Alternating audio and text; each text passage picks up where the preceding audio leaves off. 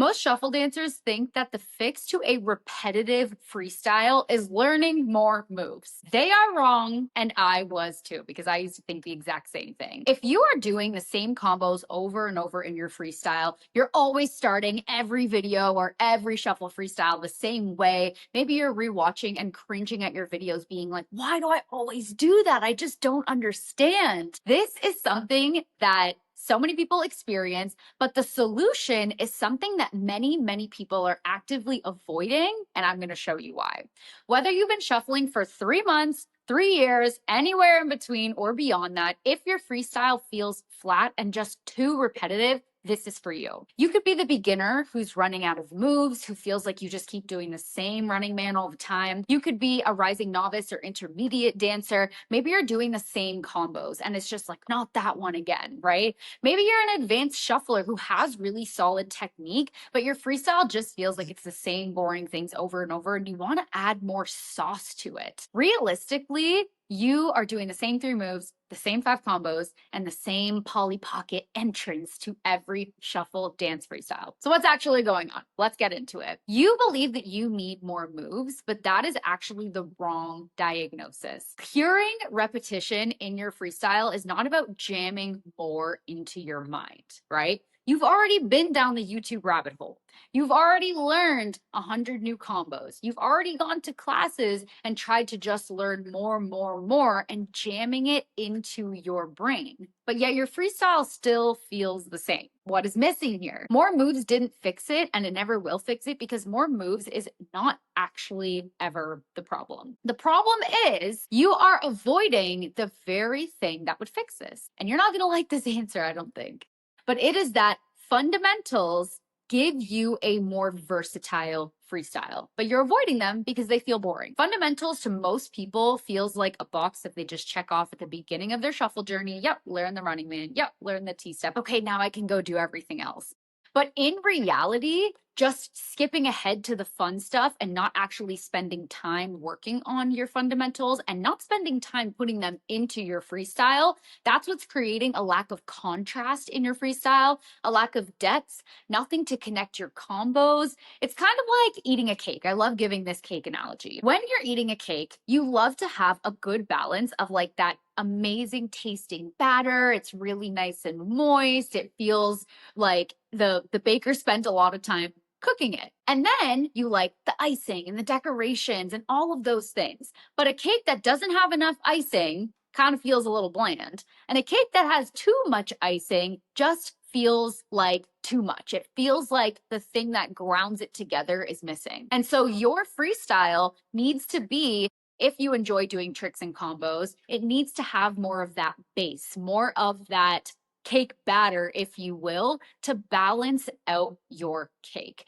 There was a very specific moment when I realized this for myself, and it was after I had learned literally more shuffle dance and cutting shapes variations than my brain could even handle. I was taking classes, I was doing my own variations, like literally creating things on the spot. I really just thought that having more in my vocabulary and in my muscle memory was going to be great. And it's not that that was a bad thing, but it never got me to a freestyle that felt grounded. It never got me to a freestyle that felt like it was a good combination of icing and batter, if you will. That's when I started working a lot more on my foundations. I realized that I was just throwing all these random tricks one after another. I realized that there was actually too much for my brain and my muscle memory to process, and that's why I just kept doing the same comfortable things over and over again. My freestyle felt really repetitive because it was like walking into a library with a million books and having no idea what to choose and just always picking the first book on the shelf. Going with another analogy. Y'all know I love my analogies,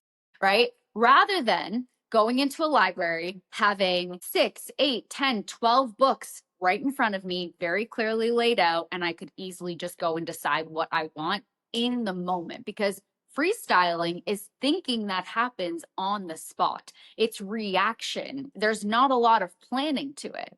And so when we can train in our practice sessions so that we have a good amount of foundations, a good amount of those tricks or combos or whatever else you want to add in there, freestyle becomes a lot easier. Okay, so there are a few fixes here. Fix number one is to rebuild confidence in your fundamentals, just like I did. Crispy, clean, and powerful fundamentals give you more options, not fewer options. Suddenly, when your brain is just riding it out in a really clean running man sequence, or it feels like it's just getting grounded and groovy in a nice T-step or rocking sequence, suddenly things that you had stored in the back of your memory start to come to the forefront. You're actually going to remember sequences and combos that you forgot. The brain has time to process it, and you're like, let me throw this in. Right? Confident basics creates contrast as well and variation, and therefore less repetition. So if you are just doing the same 5 combos intermixed, it's going to end up feeling stale. But once you start adding really confident running man, T-step, rocking, kick, spin, slides, glides, all of those foundations in there, suddenly the combos and the tricks actually stand out, right? It's like we have this like groovy moment, then we pop out with something and we show up with that combo. It hits a lot harder. We sink back into something more grounded, more groovy. Like it keeps you engaged as the dancer, and it also keeps your viewer or your audience engaged as well. So going back to those foundations and rebuilding confidence in your fundamentals is a must. Fix number 2 is to actually just start using your upper body more. If you're feeling like you are doing the most, but everything still looks the same all the time, that's when you need to start building confidence in your upper body. You're probably just dancing like from the legs down, and you're missing all of the groove center. You're missing the head, the shoulders, everything that is really going to change the way that you do your foundations, or the way that you even do the combos or the tricks that you already currently are putting into your freestyle. There is so much contrast and flavor that can be added just with your upper body without learning a single new move. Number 3, the third way to fix this is to interrupt your own patterns. So, muscle memory is a lot stronger than we think. And oftentimes we believe that we're relying on the brain to think up the next thing in a freestyle. But in reality, we're mainly relying on our muscle memory. So, if you always start the same way, for example, you always start with that Polly Pocket, chances are 1, 2, 3, and 4, a double Polly Pocket is coming out after that, because that's what your muscle memory knows. So, interrupt your own patterns by starting different. Start every freestyle with something completely new. It's going to give you different energy. Maybe you can change your tempo. Maybe you start with something that you've never ever done before. But how you enter your freestyle is going to help to shape everything that follows. And then in between each of your combos, you can start the next section with something new as well, to give your body and your brain new cues of how to pair moves together. If you practice starting your freestyle 5 different ways, or a different way every single time, your whole flow is going to change. The bottom line here is that to freestyle with less repetition, you don't actually need more moves. You need more confidence in the ones that you already have.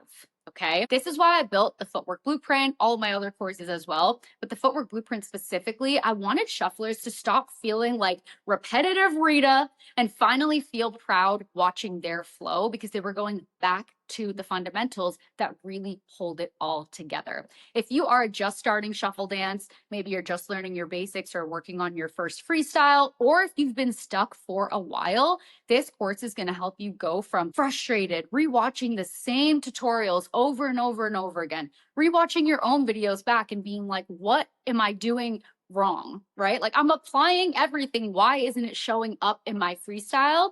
You're going to go from that to watching it back and feeling excited, watching yourself actually improve. This is not a bunch of tutorials. This is structure. This is guided trainings, personalized feedback from me, and a clear path to better and cleaner foundations, confidence inside and out, freestyling, upper body, transitions, all of the things that are significantly going to help you break out of repetitive patterns. There's actually even a training inside of the program called Break Out of Repetitive Patterns, because it is so important. And there's a whole system and structure and strategy that I go over in there, which is really, really awesome. It directly matches everything this episode was about. So I'm going to put the link in the description. I would love to see you in there. I hope that this helps create a more versatile freestyle for you and helps you feel a lot more confident in shuffling and in freestyling. And I'll see you in the next episode. Don't forget to subscribe, like, share, all of those good things. And I will continue teaching you how to be a more powerful, confident, and unique shuffle dancer.